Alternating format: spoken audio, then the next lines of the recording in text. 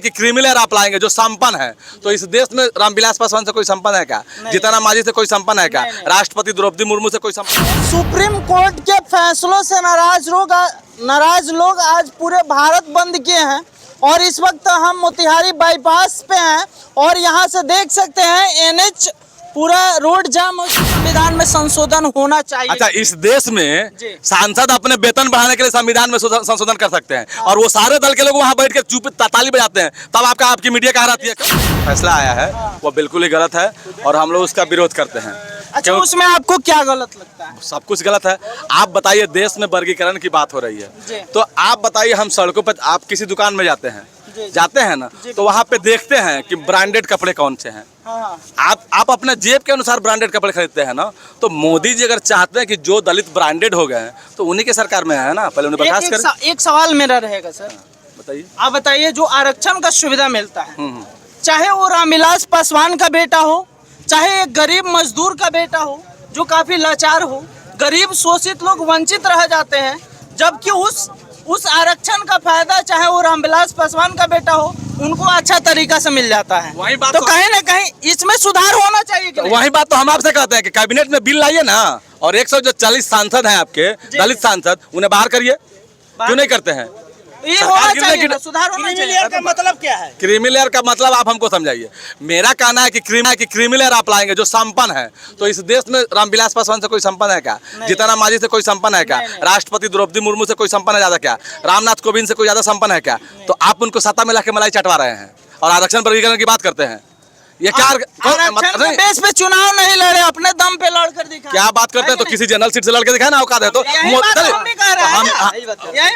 वही बात आप सदन में लाइए ना जी। सरकार, आपके राज्यसभा में भी बहुमत है और लोकसभा में बहुमत है, किसने रोका है आपको लाने के लिए? क्यों सुप्रीम कोर्ट के सामने ला रहे हैं? अगर आपको हिम्मत है तो सदन में लाइए ना, वर्गीकरण की बात करते हैं, क्यों नहीं सदन में लाते हैं? सुप्रीम कोर्ट को सामने क्यों खड़े करते हैं?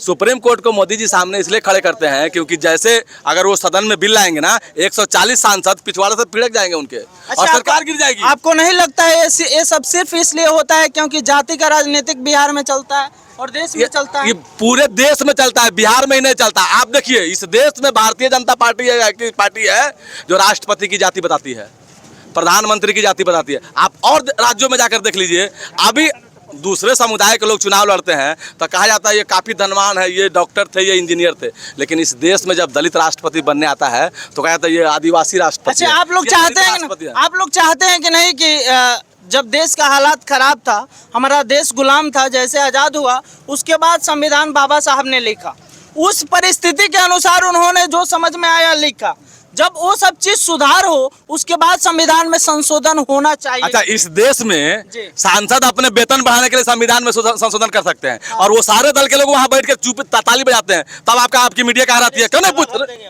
आप पूछिए, इस सदन में जब लोकसभा में बिल पास होता है और सांसदों का वेतन बढ़ता है, आप जाने, आप जियो यूज करते हैं ना, आप नेट यूज करते हैं ना, एक साल के लिए कितना आपका नेट खर्च होता है? एक साल के लिए आप 2 से 2.5 हजार, लेकिन सांसदों को कितना मिलता है? 1 लाख। सरकार क्यों नहीं बंद करती है?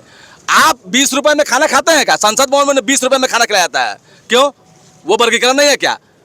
तो जिस चीज का पब्लिक 1000 में साल भर यूज करती है उसे 1 लाख दिया जाता है।